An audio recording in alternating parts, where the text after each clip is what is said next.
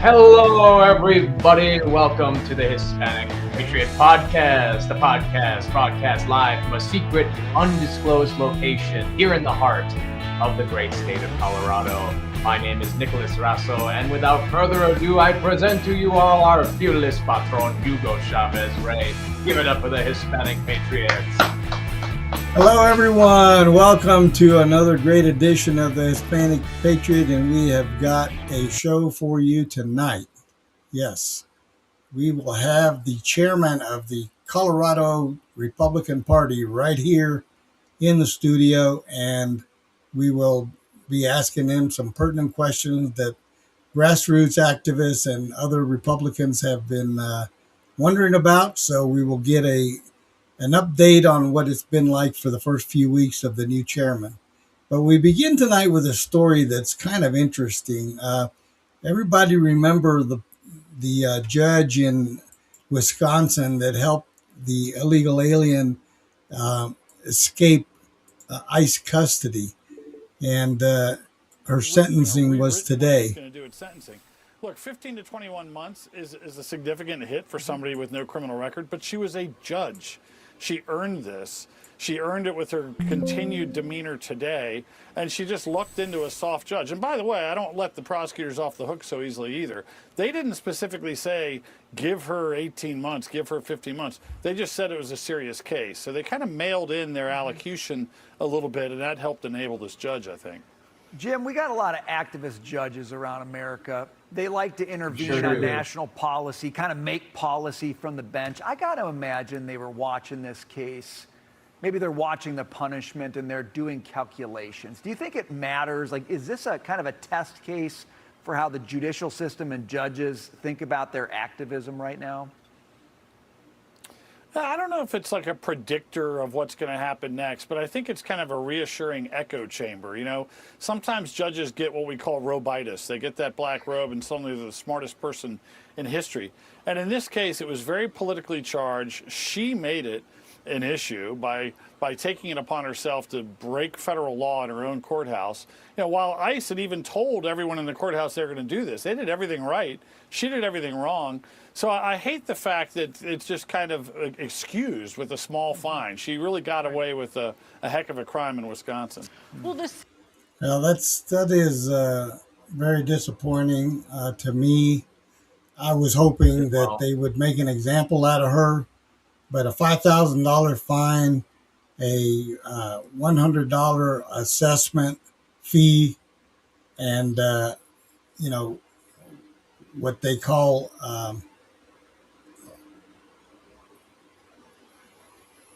it doesn't even say if she's going to remain a judge, which I'm guessing she's going to. And that's sad and pathetic. So like this guy was saying, all these activist judges were probably watching this case, and now they're going to be emboldened to do things that she did because they know all they'll get is a slap on the wrist. And we know who will be paying all these fines. They won't be the judges. It'll be the Soros of the world and others who are trying to undermine our judicial system. So this is a very sad turn of events, I think, for what should have been automatic prison time for this, and certainly, at the very least, removal from the bench. What do you think? That's the biggest thing for me is that I've, coming from Chicago myself, I've seen the heart of corruption. And, many young people today have no faith in the justice system because of things like this. There's an old saying, judges don't go to jail.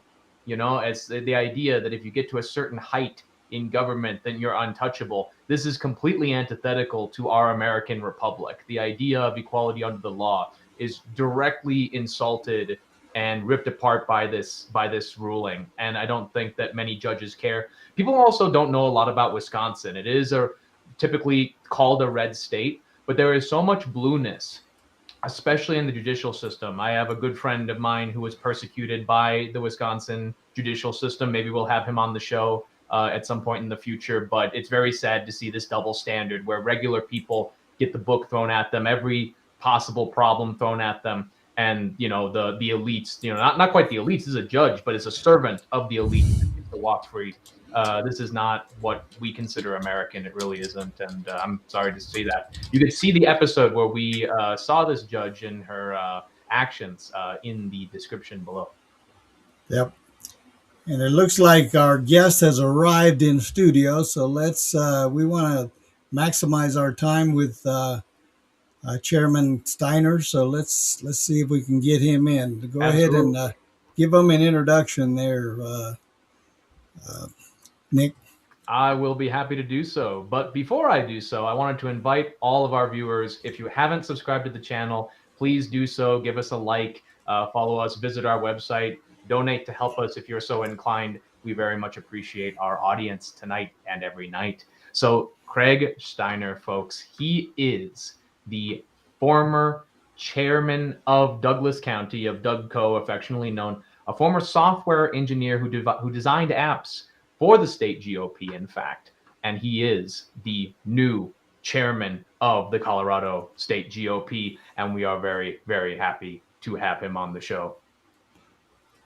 Craig, can you hear us? Oh, it looks like we have a connection issue. That's okay. We'll be correcting that connection issue and bring Craig on momentarily. Yeah. But we can talk about how Craig ascended to this position. It's a very interesting story. We had Jeremy Goodall and Joe Oltmann who were just going at each other. They were the two contenders, the two front runners at the time.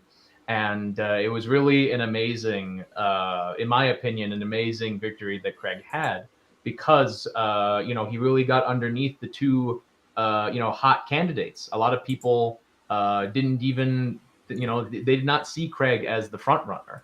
But when you have two people that are, very much going at it, very much, in factional conflict, you'll see a third option emerge. You'll see people who come from the sides, who have different perspectives, who have, a very different countenance to the two main people. So I think that you really saw that with the election of Craig Steiner. You saw someone who was not in the middle of the factional disputes. You saw someone who wasn't, going at his opponents, roughly hard or anything like that. Joe and Jeremy, very much contenders, and also very much strongly, MAGA nationalist, these sort of grassroots Republican. So it was amazing to see the split that created that allowed Craig to, win. Not only, sort of coming from behind, coming out of nowhere, but by, a pretty significant margin. So it was quite an amazing assembly that elected Craig. I was there, as well as many others. Hugo was there as well, if my memory serves, but all jokes aside, it was an amazing assembly that elected Craig Steiner. It was a very interesting, very intense time. And I thought it was amazing also that, we had so many proxy voters, so many people who wanted to be there, who wanted to vote. And, we really sort of came together as a party in that sense to make the decision to bring Craig to the executive position in the party. And I think a lot of people underestimate the importance of the state party, because in the past, we've been mired in controversy, folks. And that's one of the things, that's a huge part of what this interview is going to be about, is we've been mired in controversy regarding money, regarding lawyers, regarding the future of young Republicans, regarding the future of, just the party. I say the party as in really the there we go. We all have. And right now we will be bringing you Craig Steiner. I think we have Craig. Can you hear us, Craig? Up your mic. Turn your mic on. That's all right, folks. That's all right.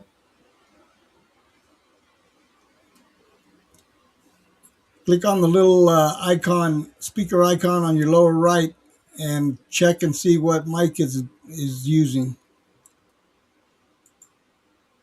While we get these all taken care of, folks, like we say many times in our show, we want to thank all of our viewers, all of our subscribers, because Hispanic Patriot Podcast is a very special media platform. Me and Hugo are in the thick of things. SCC Hugo is an XCOM member, both in El Paso and in Denver. We are very active. And so we here at Hispanic Patriot Podcast bring you the information from Colorado that you will not get literally anywhere else. And you will get it far before it ever comes out in the mainstream news. You've seen us at the Republican National Convention. We were putting out materials from that convention faster than anybody else. Many other people had, were behind us in the RNC. We gave up-to-date information on some of the most important assemblies, state assemblies here in Colorado, as well as. Let's see if Craig, can you hear me? Yes, we can hear you now. Me? Including the great event of interviewing Steiner. All right. All right. The audio gods helped. Firefox issues. Sorry about that. No problem at all, sir. Glad to have you. All right. Welcome to the show, Craig. We've got a lot on our plate, obviously, and as I know you do. So let's begin with you giving us a brief synopsis of your first, 45 days in office or something like that? 40, maybe 39. All right. Yeah, it feels like 45 months maybe, but it's been pretty busy. The first week was absolutely crazy. I was on my phone basically from the time I was elected until about a week later, and it was very, very intense. It's sort of we got to about more of a stable situation after that, but it's definitely always something happening, and always someone needs something and trying to help. So it's a full-time job and a half. So just so you know, we've got a lot of SCC and SEC members on the broadcast tonight, and we've received some questions that they'd like to have clarified and answered. Obviously, you're somewhat on the hot seat, but you're not. We want to have you, just give us your assessment of what you're facing right now. What do you believe has been, for example, the biggest failure over the past decade, and how do you intend to help correct that and turn it in the other direction? Well, I think the biggest failure, obviously, has been we haven't been electing Republicans. So that's why I ran. It's a big task. We have a situation in Colorado, which is obviously not easy. We have demographic changes, but we've also been spending a lot of time fighting amongst ourselves. I think a lot of energy goes into fighting amongst ourselves. If we devoted even half that energy to electing Republicans, I think that alone can make a big difference. So I think we have to redouble our efforts on that, and that's what I've been trying to do. When time allows, is working with the counties that haven't necessarily had a get out the vote program in place. We've already rolled out a system that I brought to the party, and a number of counties are already starting to use that and are ready to be canvassing even now to identify unaffiliated voters and turn out those correct voters when the time comes in October and November. So I really just think that's our biggest failure, failing to focus on electing Republicans. Okay. So regarding the system, is that the one, what's it called? Voter Spectrum? Voter Spectrum. And that is the one that's kind of like, what's the other one that we're, can't think of the name. Numenar? Is that Numenar. Yeah, okay. Numenar. The RNC has been providing that to Colorado GOP. So just briefly, don't want you to go into the weeds, but just kind of give me a comparison of the two programs and what you would. I know you developed the one, so you've got inside knowledge of that one. So what do you? I know you've used it before, right? You've used it in past campaigns. Voter Spectrum, yes. Numenar, I actually just got access to this morning. So I would have a hard time comparing the two. Okay. One is certainly Numenar is more of an app, and mine is web-based. So obviously, if you have connection issues in certain areas, then Numenar would be the stronger choice. But one of the advantages of Voter Spectrum is that the data that's collected stays with the organization that collected it. So, for example, if you're a county party or a candidate and you're collecting that data, you get to keep it. It's yours. And sometimes we've had problems in the past where the data that we capture into whatever the RNC is providing, they get the data and then who knows what they do with it, but getting the data back for our own use has sometimes been challenging. So, it really just matters. It's just a question of priorities and what works best. So we still have Numenar for those that want to continue using it. That hasn't gone away. But for a lot of people, they find that Voter Spectrum meets their needs. So that's available too. Okay. So as you can imagine, there's a lot of questions floating around the body general, and as far as the Central Committee and the Executive Committee. They're two different entities, obviously, but we've encountered, as you know, this lack of a better term, fiasco left us by the previous administration, and it involves questions that are reverberating around Mr. Klenda, Britta Horn, and Richard Keck. What is the current status of the Klenda garnishment situation? That's one of the things at the forefront of a lot of people's minds. What is that status? Sure, it still remains in place. We're still garnished. The funds have not been distributed, so they're basically frozen in our account right now. And we are doing what we can legally to stop that and to unwind the actual garnishment and the freezing of the accounts. I don't want to go too far into legal strategy in a public setting, but yeah, we are still fighting that. Okay, so is this the without getting into details, the challenges that are being put forward by Mr. Spigot? I'm sorry, who? Attorney Spigot. What about him? It was my understanding that he was heading up the challenges in the court with regards to the garnishment, and that's how it got frozen. Otherwise, Mr. Klenda would have garnered all the cash already. Well, he certainly served the party for a period of time. I think he was brought on by the vice chair during the vacancy, and he definitely has some good filings. We did have some issues in the last month. There were some filings that were supposed to happen sooner than they did, and that presented a problem. And at this time, he's no longer representing the party. Oh, okay. So who is representing the party now? We are looking at other options. Okay, so nobody is currently hired for that position? No one is currently retained. But we do have assistants. Okay. Obviously, it's hard to retain attorneys when your funds are frozen. So we're working with what we can do. Okay.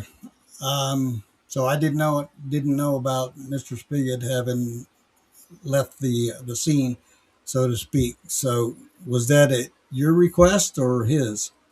He ultimately had a very strong difference of opinion on how he wanted to go about it, and it wasn't consistent with the way I wanted to go about it. He ultimately decided to call it quits, but I was already to a point where, given some of the slower filings that we've been seeing over the last month, it was going to have to happen anyway.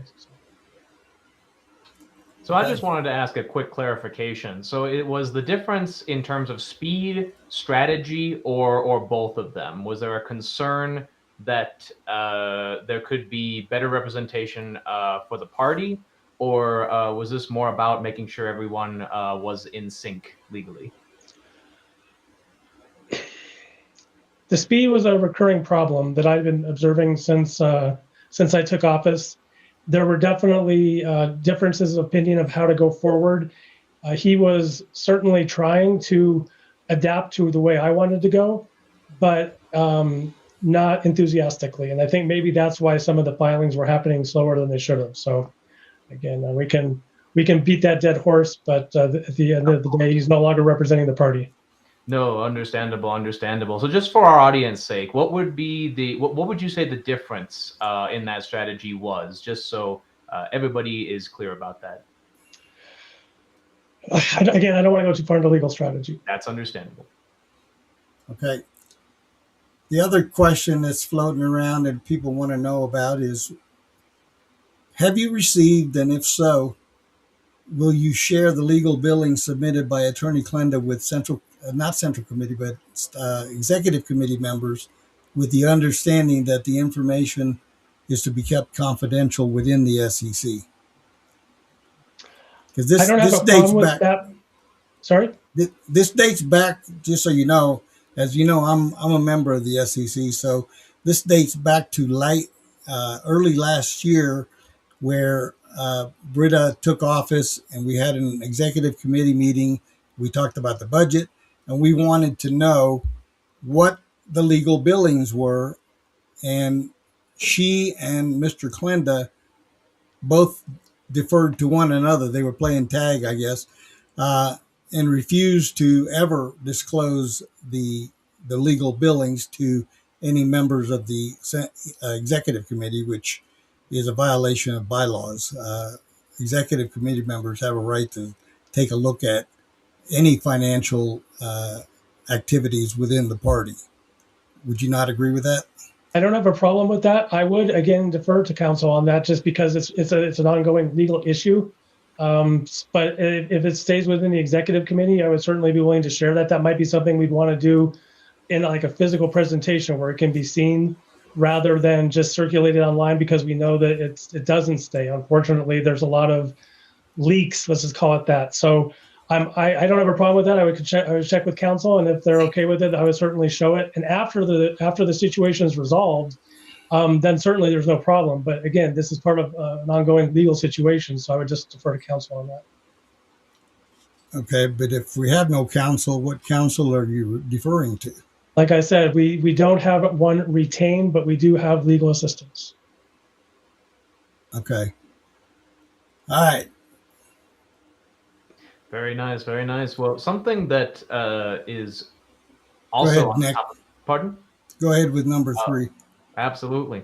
So you, Craig, you've actually said as part of your opening that the Republican Party has become too focused on internal conflicts and divisions rather than defeating Democrats, and that this has led to a discouragement in volunteering, in donations, in the running of the party. So what I would want to ask is, all of us know that it's important that these factional disputes come to an end. So I would ask you, how do you plan to reunify those various factions that exist within the Colorado Republican Party right now, especially after so many years of continuous and often changing internal divisions? Yeah, and those conflicts are ongoing, needless to say. I've never promised unity. What I did promise is I'm willing to work with anybody that's willing to work with me to elect Republicans. And I'm willing to talk with people that have legitimate questions and disagreements. I don't expect everyone to agree with me. But I also said, and continue to believe, that I'm not going to spend a lot of time fighting and really paying a lot of attention to those who clearly aren't really looking for answers to their questions, but rather are just fighting or just lobbing grenades and seeing how much stuff they can stir up. So again, I can't promise unity. I think that's a fool's errand. I'm just looking forward to working with as many people as possible to elect Republicans. I definitely agree with that. Diplomacy over domination, I think, may be a good summary for that. That's definitely something that I have strived for in this party. So this is something that is very personal to me as a young person, because during the state GOP election, there was a lot of talk, especially by your former opponents, about having a focus on the youth, among young MAGA, among the young Republicans, among those young people who feel conservative or nationalist feelings, but just haven't quite been brought into the party, whether it was due to the internal divisions, whether it was just due to a lack of outreach. So in comparison, especially to the other plans that were put forward, what are your plans to bring young people into the party, to retain them, and to especially give them the opportunity to express the Republican values? Well, sure. Two things. One, we're already working with the young Republicans. About a week, I think it was a week ago tonight, we had a really good meeting. Dave DiCarlo from Douglas County and a number of young Republicans, especially on the Eastern Plains. And it was a very, very productive conversation. And I'm going to work a lot with them and also defer a lot to them. They know I'd like to think of myself as young, and in some circles I would be considered young, but I'm not considered a young Republican anymore. So I'm going to defer to those who actually are young and get their input like we did last week. A lot of good things came out of that conversation. A lot of it was about the young Republicans and how they can help in doing things, not just knocking doors, because obviously we have to do that. We all have to do that. Doors win wars.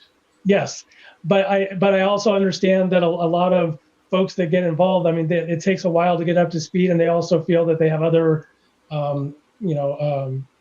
skills that they would like to put to use, and so we had some good conversations about that. What they might do in addition, maybe to knocking doors, that might get them a little bit more plugged in. And again, it became also a rural conversation. There's a lot of stuff that, since a lot of these were from rural areas, it branched out, and we came up with a lot of good ideas, regional. Some of this is already happening. Some of the county parties have not had a lot of support from the state for a long time, not just recently due to the financial situation, but just the way that the state party has been run. And so a lot of these counties are already sort of working together and forming, I don't know, confederations or alliances or just groups, regional groups working together, especially in the rural areas where maybe one county can't have its own Lincoln Day dinner because there's not enough, but you get enough of those counties together and you get a significant size event. So that's already happening. And so some of the conversation that came out with the young Republicans is to maybe formalize that. And, I want to be careful with that. I think it's a good idea. I also don't want it to be coming from the top down. So maybe we're going to see what we can do to encourage more of that. Coming from a county party background, at least in Douglas County, we have a history of always telling the state party to go pound sand. They would tell us, here's the app you use, here's how you're supposed to do it. These are the people you're targeting. And every 2 years, we would be hauled into the principal's office at the state party headquarters when we had one, and be told, do it our way. And we would always tell them, no, respectfully, we know our county best. So one of the silver linings about this is the fact that a lot of the county parties now are stepping up. And I think it's a good opportunity to really get that county organization much stronger than it has been in the past. So it doesn't depend on the state party. But again, going back to the younger Republicans, the other thing I think is, sure, the infighting you mentioned, I mean, that's just not attractive for anybody of any age. So to the extent that we can reduce that, that's going to be a good thing. And finally, was I a young Republican? Well, yeah, I was technically a young Republican when I got involved in Douglas County. I just went to an executive committee meeting and wanted to know how I could help. Actually went to a couple meetings where no one said hi, and that's fine. Oh. I wasn't very outgoing. But after a couple of months, they were looking for someone to work on the website. So I did that. And then there was a vacancy in the secretary position. And so I figured the best way to keep the website technology going was to run for that. So I think at the time, Douglas County was they embraced me. They took me in. I was working hard, and they respected that. But I've heard stories from some counties. I don't even know which one specifically. I've just heard stories that sometimes folks that try to get involved, especially younger, are sometimes looked down on and not given the respect or the opportunity they deserve. So the other thing I would say is if anybody is finding that, of any age, but certainly younger people, if they're finding they're not well received in a county party, please let me know, because I'd like to talk to that chair and make sure that's not happening, because that's a great way to turn people away. Okay. Well, thank you for that answer, Craig. Take it away, Hugo. So I've got a couple of quick questions for you before I lead into a more detailed one. And one is, what is your position on transparency as a chairman? I mean, what is your policy with regards to transparency? Because I asked that question because I've received a lot of inquiries from members around the state that don't feel like there's much transparency coming from the state chair right now. I realize that you're brand new into it and you're getting your feet wet, but just as a mode of operandi, so to speak, what is your feeling on? Do you believe a chairman should be transparent with its members? Yes, of course. And I'm looking forward to spending less time with some of the things that have been going on and more time to productive things. Certainly, again, the biggest thing is get out the vote. But there are things that I've long thought that the state party should do to make the information more accessible. I mean, we have the login, whatever, the SEC login. Some people have asked for the password to get in there, and I'm happy to give it out as soon as there's something there. There's really nothing there at all right now. So we have to dig up, put more stuff in there that's useful and certainly get that password out. But I mean, that's a very basic repository for information. And so I'd like to see a lot more, the information flowing through a lot more easily. And I think technology can help. And that's where, my experience can come in, but I haven't really had time to do any of that stuff because of other stuff that's going on. But, as a policy, transparency is a good thing. Okay. Couldn't agree more. The second question is a yes or no question. Do you support the opt-out effort? Yes. You do? Okay. Yes. Well, I said that.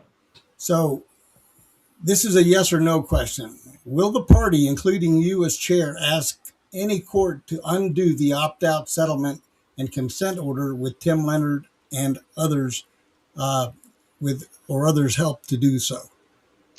I have no intention. No, I have no intention of doing that. My focus is on the get out the vote effort. And I think anything along those lines just distracts from it. Okay. And related to that, then what is your position about once all the data and evidence is made clear, what is your position about the party pursuing legal action against Britta Horn and Attorney Klenda if it is determined conclusively that a fraud was committed against the party by those two individuals, as well as Richard Keck, the former treasurer? I think there are ongoing issues, obviously, with Klenda. That's not even a hypothetical. We're still in the middle of that. In terms of the others, if there was conclusive evidence, that would have to be evaluated based on the evidence. I haven't seen conclusive evidence. I definitely question some of the decisions she made. I don't think it was in the best interest of the party. So, there's something to look at there. But I think the bigger issue is going after our financial resources, which is a Klenda issue right now. Right.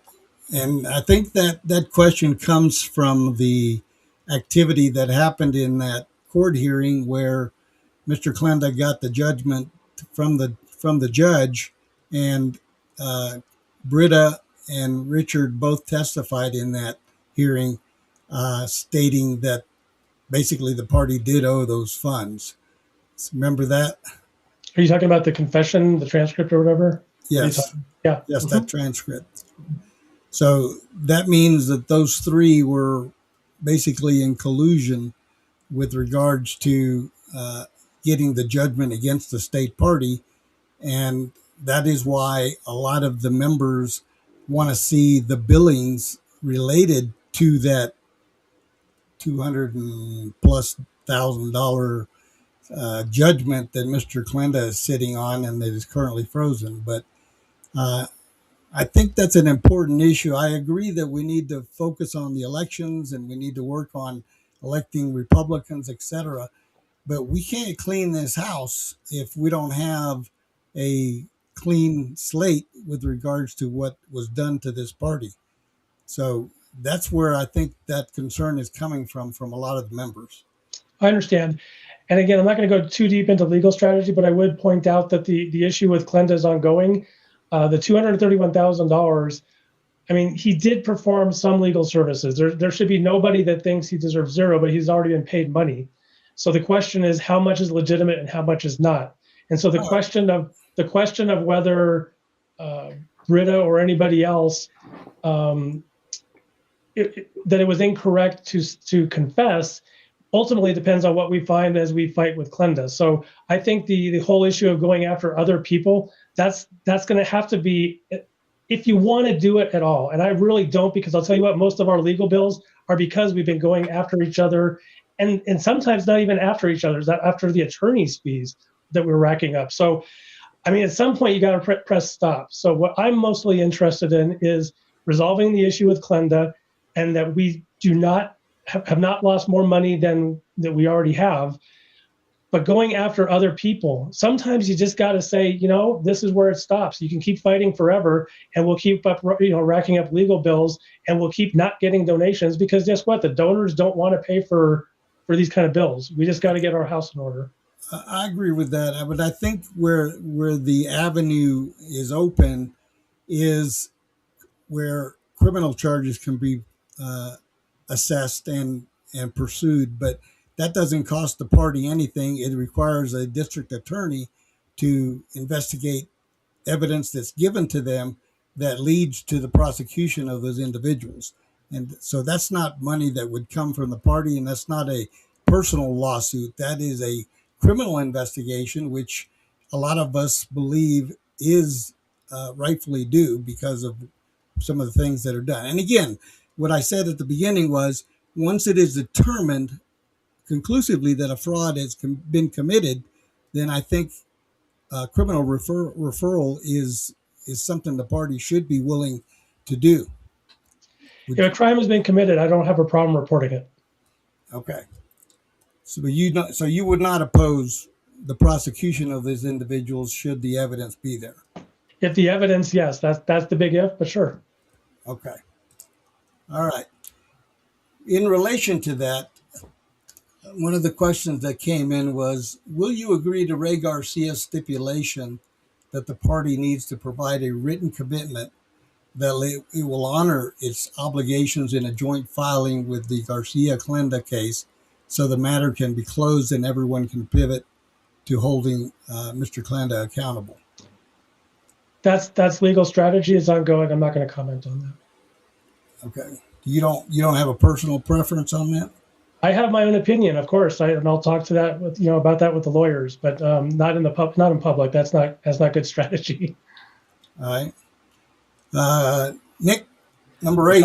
We call that iron discipline. Love it. But something very important in regards to the financial health of the party is the concern about the party's finances, and especially in relation to debt, potential debts. You talked before about how donors don't want to donate to the party when it looks like the Treasury has a leak, for a significant one to right now it is legal bills, but who knows what it could be in the future.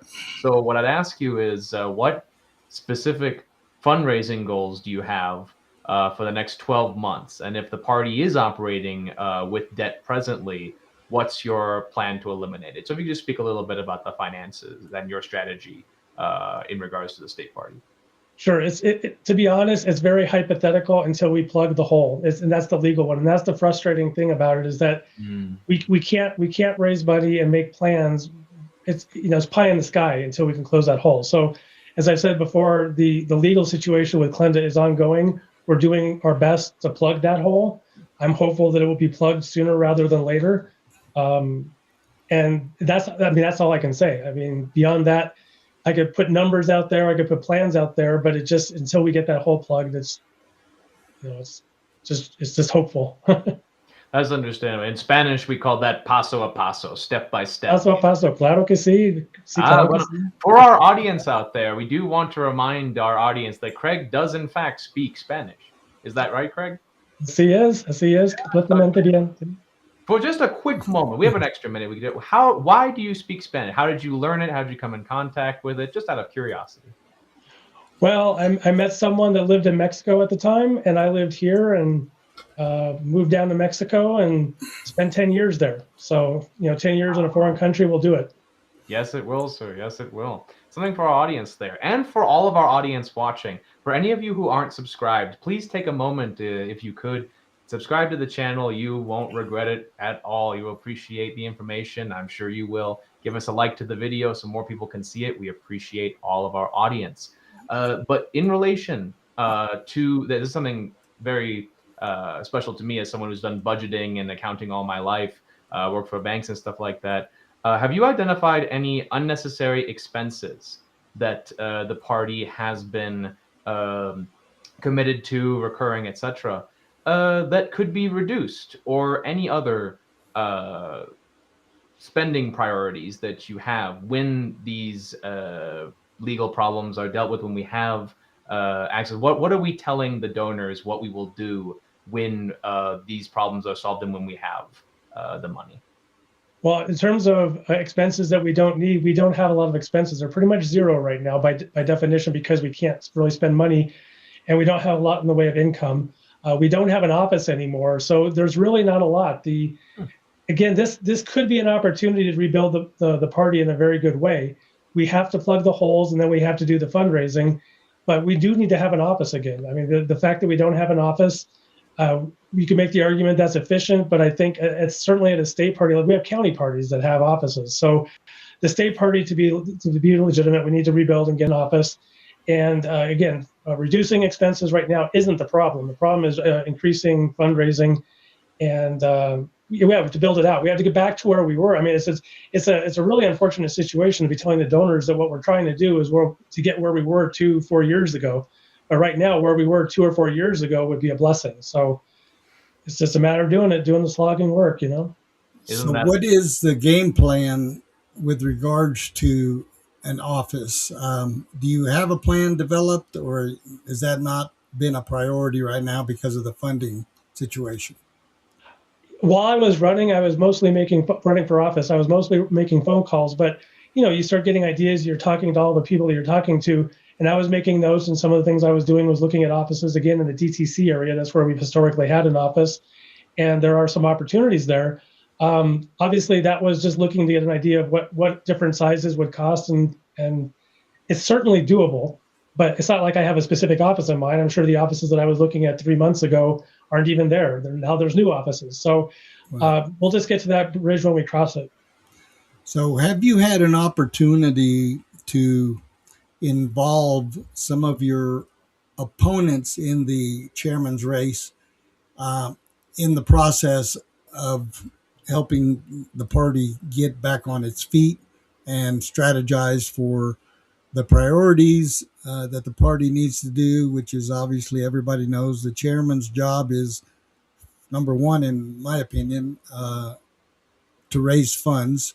And like you said, you have your hands tied on that issue because of some of the legal issues and some of the things that are happening at the moment.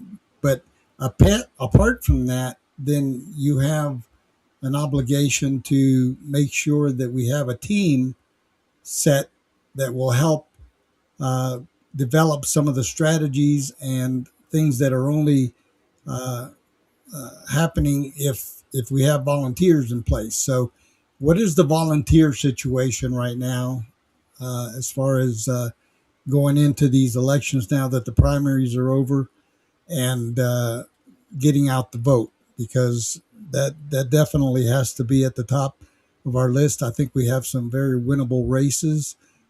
Some would disagree, but I believe that we do have some that are very highly contrasted in the candidates. So what is that?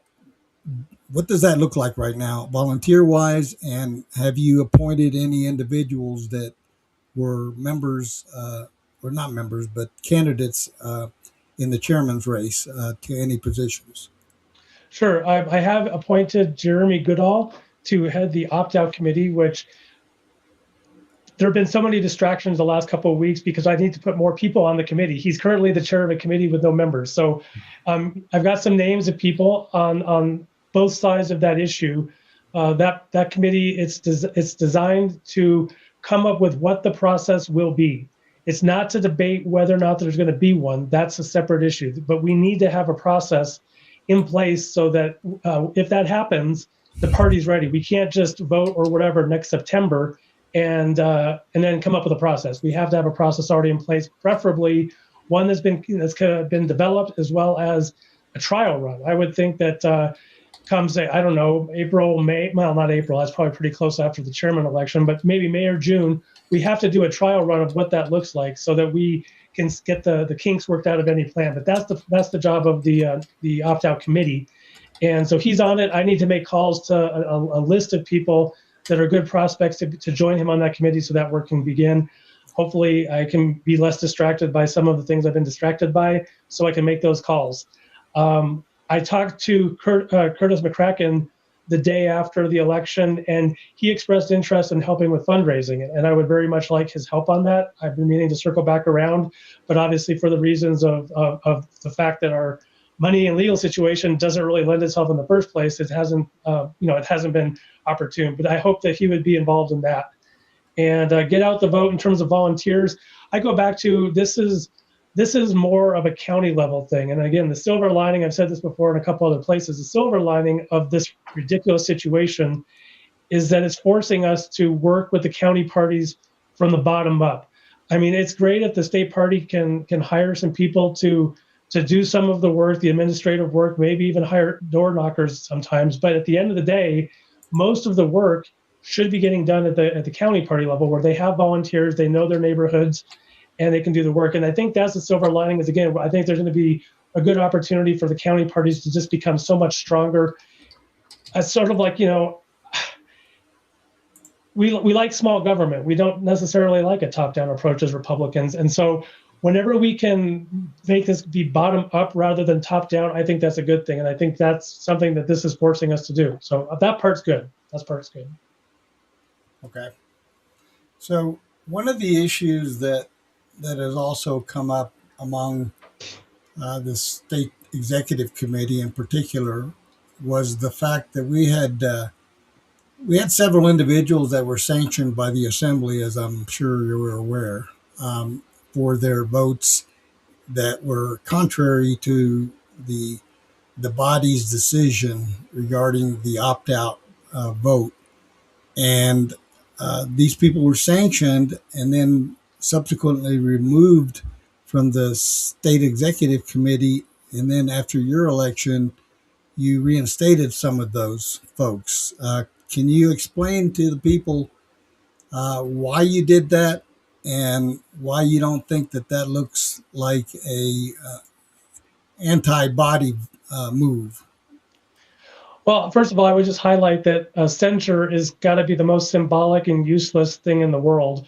It's a slap on the wrist. It carries there's no effect to it. It's not like removing someone. It's just saying we don't like what you did. So, okay, they didn't like that. The reason why I think it's just one individual, I think is actually what we're talking about. The reason why I put her back on the executive committee, I've known her for a very long time. I know she has a lot of people that are her detractors, and that's fine.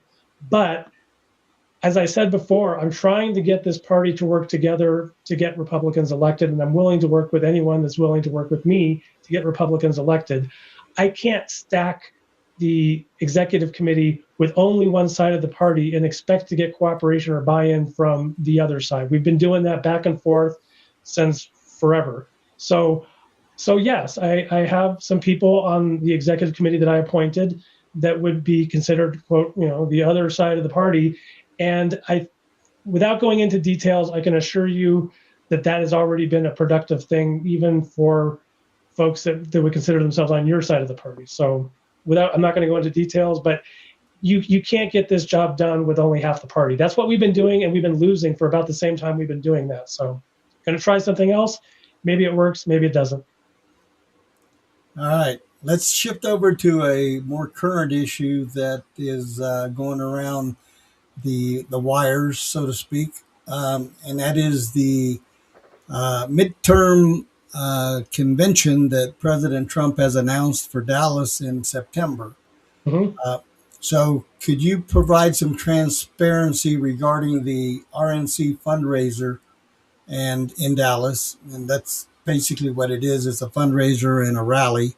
It's not a business meeting like the RNC was. Nobody's getting elected. No resolutions are being passed. I think it's a good move, because we need some momentum going into the midterm. But specifically the delegate count, the cost for the various tier levels and the measures in place to protect the proceeds intended for the state party from Mr. Klenda, because in the position we're in, if we have people contributing to this cause, so to speak, how are we protecting those funds from Mr. Klenda? And how are the delegate spots being assigned for this? Because this is a much smaller event, as we know. So it's not the same as the RNC, where we elected our delegation of delegates and alternates. So can you explain to the people a little bit of how this is being worked and who is going to get to go, so to speak, and I saw that there was a lottery system put out that people were going to get selected at random. So there's a lot of moving parts there. So talk a little bit about that and how that's going to work for those that want to go. Sure. So first of all, as you mentioned, it's more of a rally. It's been called a convention, but it isn't a legal convention. There's been some assertions made that the delegation from 2024 should be the people going this time, but we actually have a smaller allotment this time than we did in 2024. So obviously, it's not the same group of people. It is designed so that the president can put out his agenda, highlight his accomplishments, and basically build momentum going into the midterms. And the RNC is hosting it, as you said, as a fundraiser for the state parties. It's an opportunity. And believe me, I've been on calls over the last week and a half. Well, first of all, at a meeting with state chairs in Washington, D.C. about 2 weeks ago. And that's when it was first rolled out to us. And ever since then, the state chairs have been having Zoom calls and phone calls and text messages trying to figure out the best way to handle this, because it's as I said, it's never been done before. And so there's a lot of growing pains to go with that. In terms of what we're doing in Colorado, we are trying to fundraise off of it. And obviously, people don't always like to hear that money is necessary in politics. But we have made a certain number available at a more accessible price point. And that's what the lottery you were talking about, or the drawing that we had last night. We had about 31 people that wanted to get in on that, and we drew 13. And so those are set. And we're trying to fundraise off of the rest of the positions so that we can try to fix our finances. Now, to answer your question about the whole hole in the bucket type of thing with the finances, again, I'm not going to get too far into the strategy there. Again, that's ongoing. The funds are not currently being dispersed, and we're trying to stop that. I'm optimistic that we can stop that. But one way or the other, what we can't do is we cannot continue to be paralyzed. We can just sit here forever until the legal process plays out with no money. So again, at some point, we don't even have money to continue our defense. So we have to raise money if we're going to function. And I've just made the choice. We're going to move forward as best we can. We're going to raise the money we can. If some of that money gets sucked out, and if it's not legitimate, then we'll go back and we'll use the legal options available to us to go back after that money. But we cannot remain paralyzed. So clarify what the allotment was for this delegation. We have a total of 58 spots. 58 spots. Okay. So that's less than half of what the RNC delegation. It's not less than half. Well, I mean, I don't know what we had with guests, but we had in 2024, we had 37 delegates and 30 alternates, so a total of 67. But again, if you had guest passes, then yeah, that would be a bigger allocation. Okay, so you said 13 were drawn from this lottery. Mm-hmm. Is that correct? Correct. Yes. And those people have to pay something to go. Yeah, it's certainly it's more like an expensive Lincoln Day dinner, but it's reasonable. Okay, so where does that leave the remaining spots? We are trying to fundraise off those with bigger ticket values. Again, it's interesting to talk to all the state chairs, and there's some states that have tried to charge a little bit less. There are some that you wouldn't believe how much I just heard California is charging. I thought they were charging a lot, and I just heard a much bigger number. And I'm not gonna broadcast that out either. I don't need to make California's life any harder than it is. Took the next question out of my mouth. How are other states handling their delegations? Is it the same? Is this the same blueprint for everybody, or everybody doing their own? Everybody's doing it a little bit different. Like I said, we've been conferring and just trying to work things out and see what makes sense. I've only heard of one other state that's actually doing anything that's close to what we were doing, where we have that price point that was accessible to more people. Most of the states seem to just be going for really, really big donors. And that just is a state by state decision. Now, I haven't talked to all 50 or other 49 chairs, but of the ones that I have, I've only heard of one other state, and I can't remember which one it was. It was on a Zoom call, so I don't actually know which ones spoke up, but one other state was doing it kind of like we were.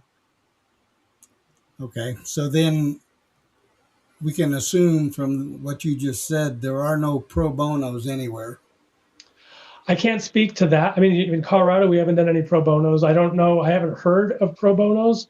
You mean like free passes or something? I haven't heard of that. Can't tell you for sure that it's not happening because I haven't talked to all 49 other states. Okay.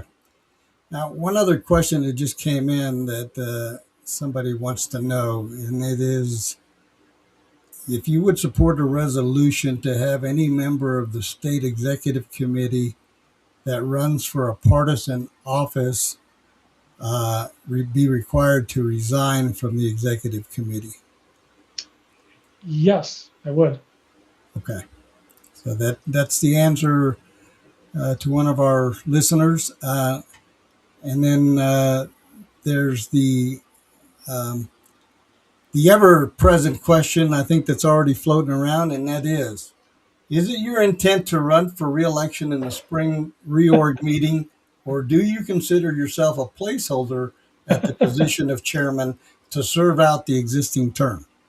I don't consider myself a placeholder. Believe me, I really would not want this job to be a placeholder. I'm trying to rebuild the party in the next, 7 months? Whatever it is, 7 or 8 months, whatever it is, it's all a blur at this point. It's about 8 months to the reorg meeting. 8 months that'll feel like 2 years. Yes. Exactly. My intention is to run again if I'm being useful, and if I feel like I've done my best and it's not getting any better, then I'd have to evaluate if this is the best use of my time. But my intention is to run again. And I'll share something with you that I think is very interesting. I learned this when I was talking to the state party chairs in Washington, D.C. I learned that the average length of time that a chairman serves, a state party chair serves across the country is 18 months. And the terms are 24 months. So that's saying on average, we're not that unusual. I mean, maybe 12 months or less is pretty unusual, but 18 months is your average term. So interesting. Yeah, state chairs take a beating across the country. Okay. Well, I guess that shows that there's conflict everywhere except besides Colorado. Maybe we shouldn't think we're as bad as we think we are, folks.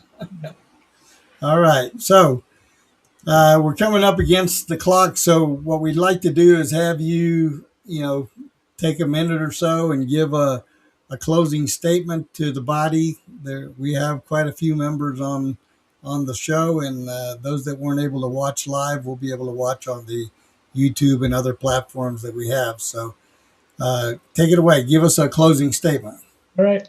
Well, I appreciate your time on the show. And again, I would just encourage Republicans. We have less than 4 months now until the election.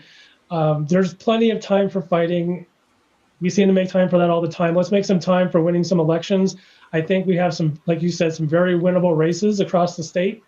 And if we focus on that, if we start bringing home some wins, I think it might be a little more enjoyable just to be a part of this organization. And maybe that's going to help with a little bit less of the fighting. So please just plug into your county parties, get with a candidate. Even if you don't like all the candidates, get with one that you do. And let's just bring this home. Let's win some elections. Okay, one quick one that I just forgot to ask is the state party coordinating anything with TPUSA with regards to the Get Out the Vote effort? I have not, I've heard from a lot of organizations and entities in the last month. I've not heard from TPUSA, and I've not reached out to them. Been kind of busy with the distractions. I would plead with some of your listeners to please reduce the distractions. I can do a lot more good if I'm not being distracted by the things that seem to suck in my time. But yeah, I haven't talked to TPUSA yet.